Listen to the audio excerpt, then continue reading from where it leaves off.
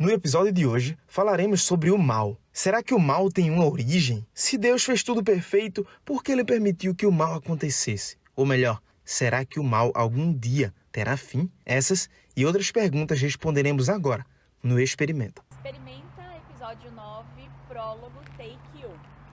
E aí, como vai você? Meu nome é Igor Rocha. Nasci em uma família cristã. Fui batizado ainda na infância, mas durante a minha adolescência, eu percebi que existiam outros caminhos. Por isso, de repente, tudo aquilo que eu acreditava veio abaixo.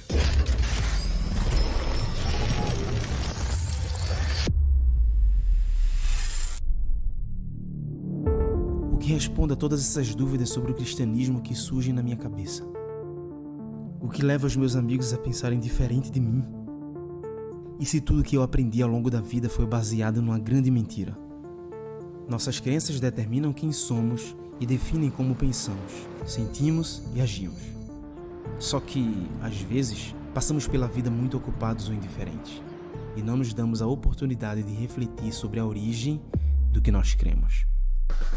É por isso que eu carrego em minha mochila esse caderno com os questionamentos que ajudaram a formar as minhas crenças. E esse programa está dedicado a responder cada uma dessas perguntas em cada episódio. E a pergunta de hoje é: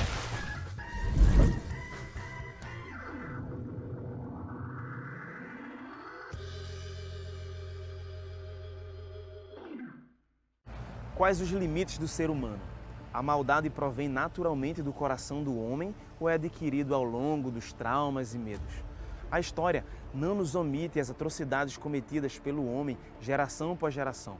No século XVIII, os navios negreiros cruzavam o Atlântico com pessoas dilaceradas pelos horrores da escravidão. O jornalista Laurentino Gomes escreve em seu livro Escravidão que os corpos jogados dos navios daqueles que não sobreviviam ao percurso fizeram com que os tubarões da costa africana migrassem para a costa do Brasil. Diante de tanta maldade, a gente se questiona: de onde vem o mal? Na verdade, será que o mal, em algum momento, terá fim?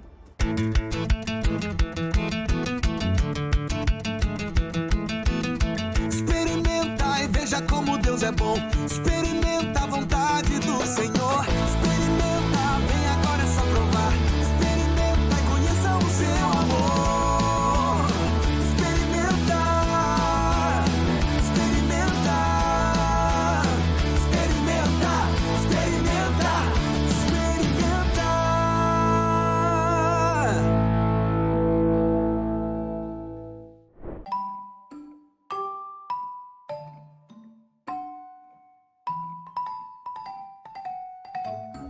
É possível que o ser humano já carregue em sua essência uma propensão para fazer o mal? Parece difícil de dizer quando olhamos para uma criança, inocente e recém-nascida. Ainda assim, muitas pessoas que praticam o mal a outras já foram crianças um dia. O que acontece nesse percurso para se obter esse distanciamento, então? Seria o mal essa carga quase que genética e hereditária com a qual temos que lidar inevitavelmente? Um grande escritor inglês chamado William Blake publicou uma coletânea de poesias no ano de 1794. Uma delas é literalmente traduzida como uma imagem de Deus. E dá só uma olhada nesse verso. A crueldade tem o coração humano, a inveja, a face humana, o terror, o corpo humano e os segredos, a veste dos humanos. É plausível então afirmar que o ser humano é intrinsecamente ligado à maldade? Vamos para a rua então perguntar às pessoas qual é a opinião delas a respeito disso.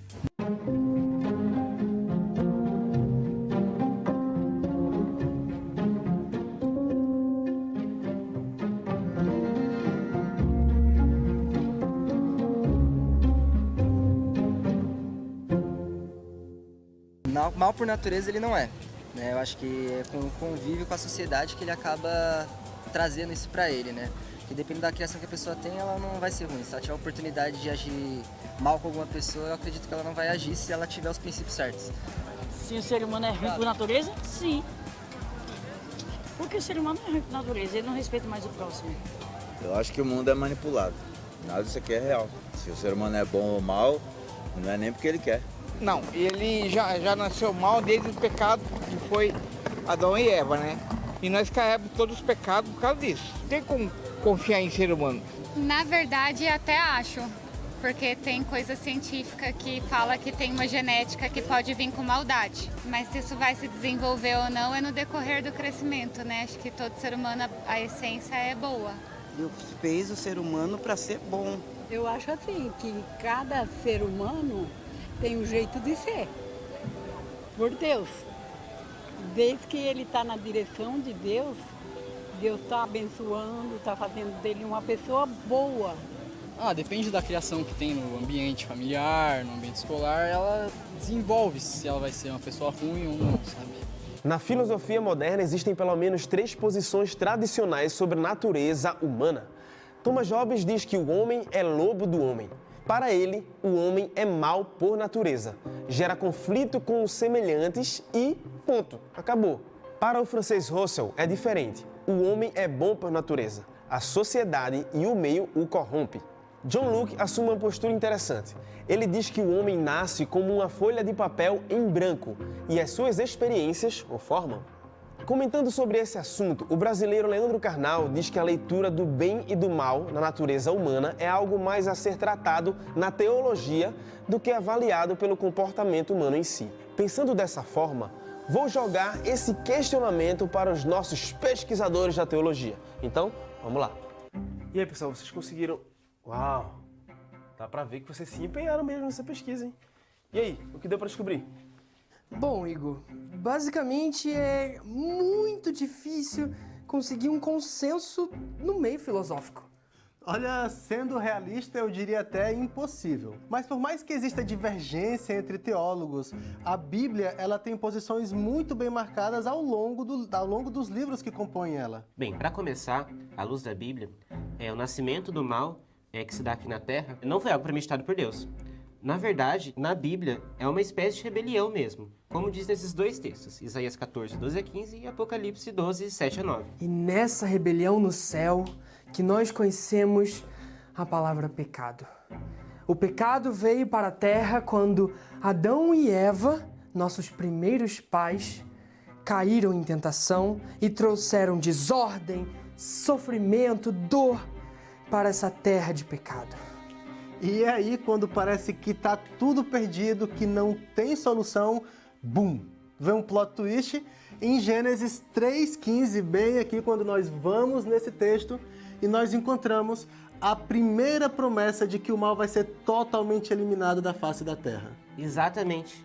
Deus, ele não destrói a humanidade de imediato por causa da desobediência. Muito pelo contrário. Ele traz um plano redentivo primeiro.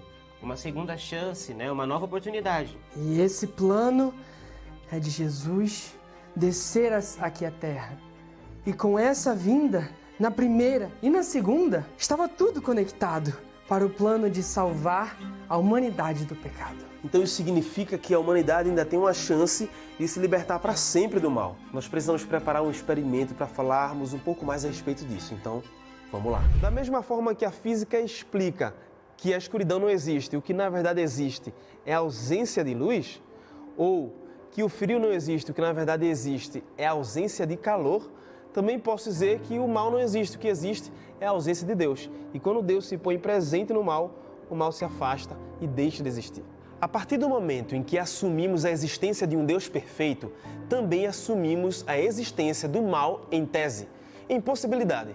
Se Deus é todo bondade, logo qualquer coisa ao seu oposto seria maldade.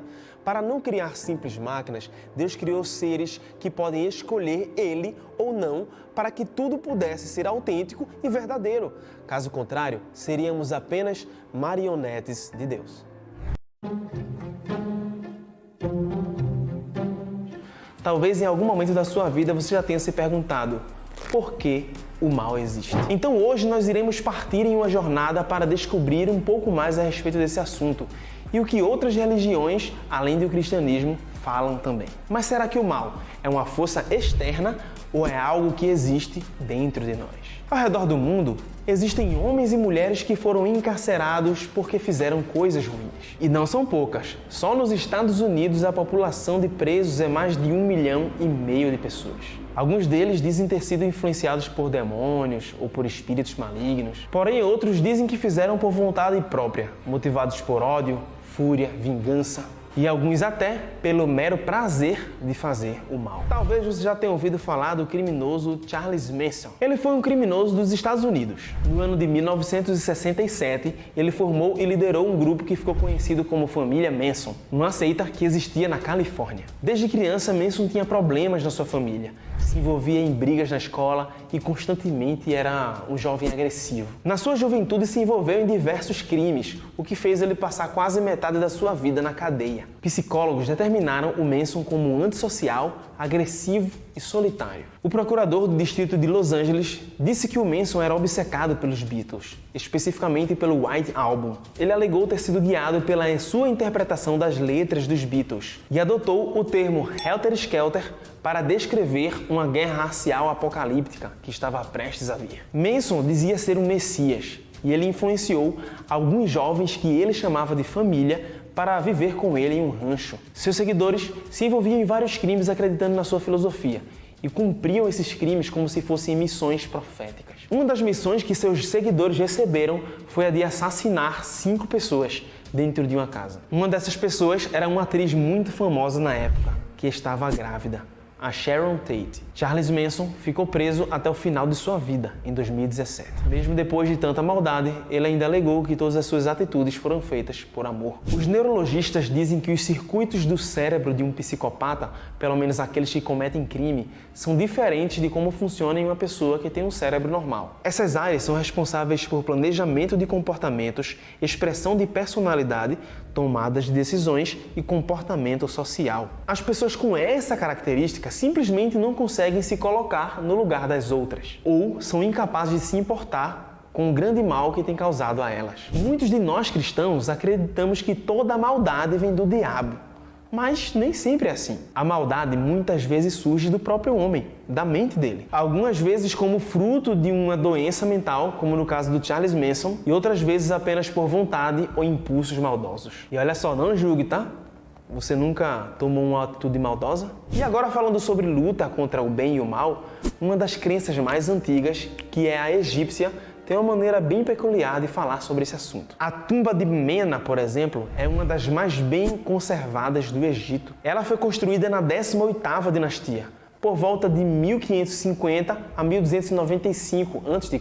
Nessa tumba tinha algumas pinturas na parede, que os egípcios acreditavam que poderia ser um julgamento que aconteceria após a morte. Eles acreditavam que esse julgamento poderia determinar se a pessoa foi boa ou má durante a vida. Tudo isso diante do deus Osíris, o deus guardião do mundo dos mortos. Os egípcios acreditavam que se você fazia algo ruim, isso afetaria diretamente o seu coração, tornando ele mais pesado. O coração seria colocado em uma balança, junto com uma pluma. Se o coração fosse mais leve que a pena, aí sim poderia entrar no paraíso. Vemos então que desde essa época existia algo a respeito do bem e do mal, e que isso estava diretamente atrelado às nossas escolhas. Indo agora ao hinduísmo, uma das maiores religiões do mundo, com maior concentração na Índia. Para o hinduísmo, nada é 100% mal ou 100% bom.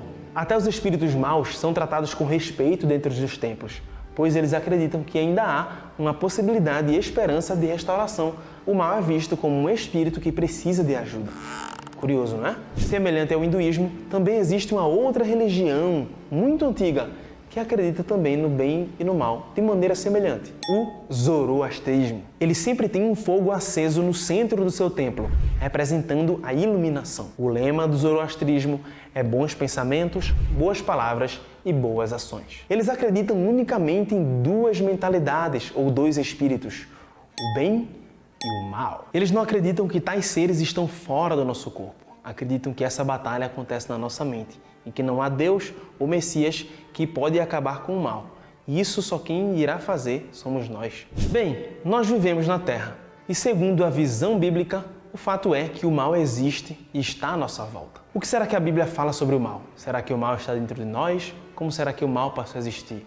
E afinal de contas, haverá um fim para esse mal? Os seres humanos tiveram a primeira experiência com o mal quando o casal original exerceu o livre-arbítrio, escolhendo não confiar em Deus e ir contra ele. Deus fez os seres humanos e isso é bom. Essa afirmação aparece várias vezes em Gênesis capítulo 1. Deus concedeu aos seres humanos o poder do livre-arbítrio. Isso também foi muito bom. Quando os primeiros seres humanos acreditaram que Deus não sabia o que era melhor para eles, isso corrompeu uma coisa completamente boa. E então o mal nasceu. O mal não é uma força, uma entidade, uma energia. O mal é a corrupção do que é bom, assim como a luz e a escuridão, o frio e o calor. Como, por exemplo, a escuridão não existe. O que existe é a ausência de luz. E o frio também não existe. O que na verdade existe é a ausência de calor. Entendeu? É como se o mal não existisse. O que realmente existe é a ausência da completa e perfeita bondade. Deus. A humanidade muitas vezes revela sua tendência natural à maldade, pois falha em cultivar a empatia mútua. A falta de compreensão e solidariedade nos cega para as necessidades e dores alheias. A psicologia diz que nós temos mais facilidade de termos empatia com pessoas que acreditamos ser mais parecidas conosco, mas aquelas mais fracas e vulneráveis vemos como inferiores, dificultando nossa empatia e mostrando nossa maldade natural. Vamos experimentar se isso é verdade.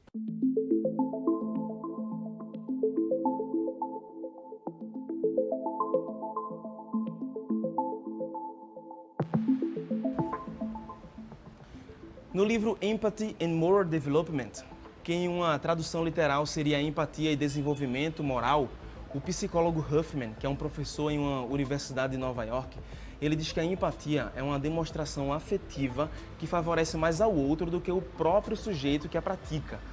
Em outras palavras, é como se eu esquecesse um pouco de mim mesmo e focasse mais no outro. Mas a questão é, será que eu consigo ter empatia com uma pessoa a qual eu não me identifico?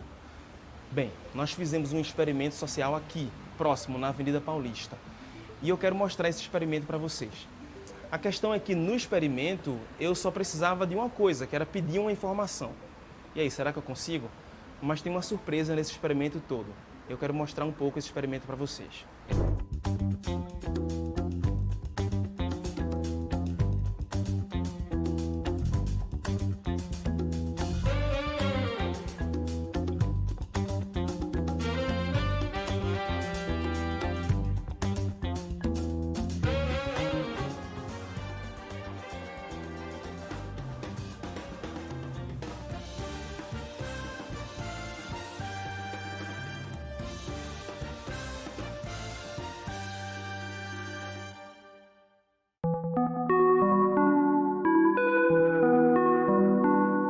Moça, licença, posso te pedir informação só?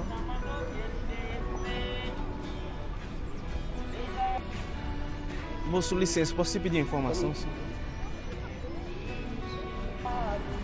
Moço, licença, uma informação. Moço, licença, uma informação só. Você sabe dizer pra que lado que fica o bairro da Luz? Não sei, moço. Sabe não? Obrigado. Ô, valeu, irmão.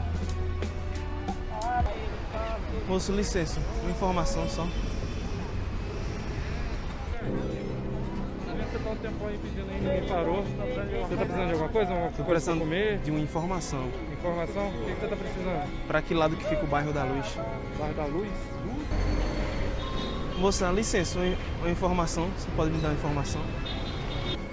Moça, licença, uma informação só. Ir pra lá e descer Augusta. Certo. Até o final. Sabe a Rua Augusta? Sei. No final da Rua Augusta é a República. A Luz tá ali perto. Tá bom. Tá obrigado, bom? Viu?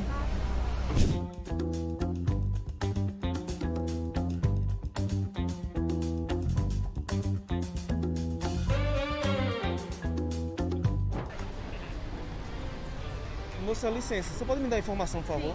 Sim. Sabe me dizer pra que lado que fica o bairro da Luz?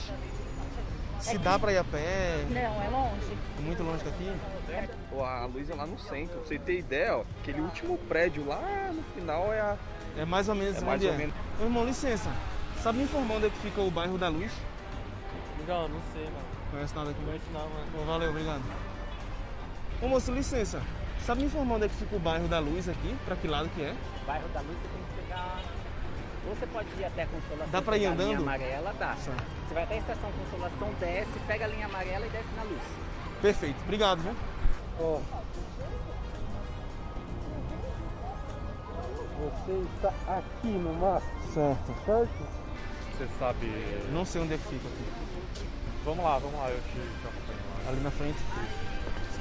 Você é de São Paulo? Não, sou de Recife, Pernambuco. Ah, é porque você indo de ônibus daqui vai demorar um pouquinho, é bem mais rápido você ir de metrô, entendeu? Como é teu nome? Vinícius. Cara, desculpa te atrapalhar. Na Imagina. verdade, você está participando de um experimento social. Que é isso? Tem muitas câmeras aqui, Bom, aquela câmera lá, essa câmera aqui e aquela lá. Eu estava aqui mais cedo, só que vestido como um morador de rua e ninguém falava comigo e tal. É. Então eu tô fazendo a mesma coisa, mas obrigado, cara, por ter me atendido, nada, por ter dado essa imagina, força. imagina. Valeu. Deus te abençoe. Valeu, Vinícius. Valeu, tchau, tchau. No próximo bloco, falaremos sobre o plano de Deus para destruir definitivamente o mal e como é importante nos rendermos a Ele para que o bem dele possa habitar em nossas vidas. Daqui a pouco, não sai daí.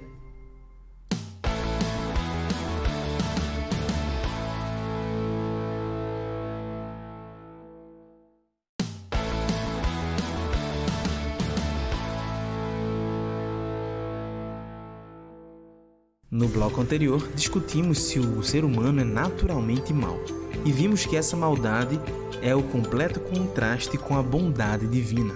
E agora iremos ver qual é o plano de Deus contra o mal. Vamos ver.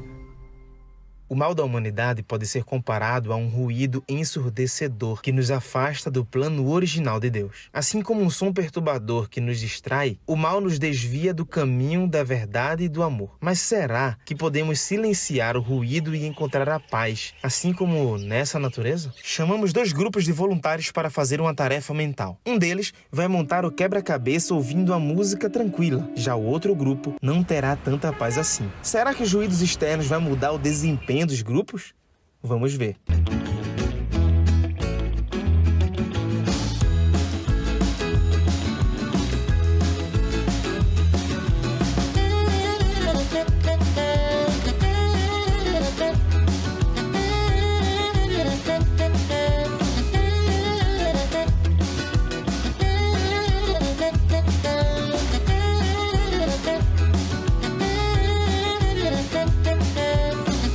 Assim como o silêncio segue após o ruído ser dissipado, a promessa divina nos traz a esperança de que um dia o mal será erradicado e a paz reinará. Confiamos na justiça de Deus, que prevalecerá sobre toda a escuridão, trazendo a redenção e a restauração para aqueles que nele depositam a sua fé. Talvez você esteja se perguntando por que é que Deus permite então todo esse mal na Terra. Calma, primeiro você precisa entender que nós não chegamos no final da história. Deixa eu explicar isso melhor para você através dessa ilustração. Certa vez uma criança estava lendo um gibi como esse. E diferente dos demais que havia lido, o herói só estava apanhando e perdendo. Até que impaciente ele foi para as últimas páginas e ele percebeu que finalmente o herói ele era vitorioso. E cada vez que ele voltava ao gibi e percebia que o herói estava apanhando, ele dizia, eu já sei como é o final. Você precisa entender também que não chegamos no final da história da humanidade, mas estamos vivendo as últimas páginas desse livro. Entenda, no final, o herói ele será vitorioso. A maldade não faz parte do plano original de Deus para o ser humano. No mundo da tecnologia, quando um equipamento, dispositivo, alguma coisa assim, começa a demonstrar algum tipo de defeito, fugindo do programa original, a empresa aciona o recall. Existe a ação de recolher para aprimorar aquilo que está defeituoso. Como somos produtos originais do próprio Deus pela criação, ele acaba nos chamando para esse recall. O autor C.S. Lewis escreveu que quanto mais deixamos que Deus assuma o controle sobre nós, mais autênticos nos tornamos, pois foi Ele quem nos fez. Ele inventou todas as diferentes pessoas que eu e você tensionávamos ser. É quando me viro para Cristo e me rendo à sua personalidade que pela primeira vez começa a ter a minha própria real personalidade. Isso é o que diz o C.S. Lewis e eu concordo bastante com isso. Por isso podemos afirmar que existe esperança diante de tantos defeitos que nós possuímos. Basta que nos voltemos ao Criador para que o reparo eficiente que vem através dele possa finalmente ser executado. Então, eu digo para você, experimente hoje oferecer a sua liberdade a Deus. No próximo episódio, mergulharemos na poderosa temática da graça de Cristo. Exploraremos como a graça transformadora tem impactado vidas através dos tempos. Será que eu e você podemos alcançar a graça de Cristo? Essas perguntas responderemos no próximo episódio, aqui na TV Novo Tempo.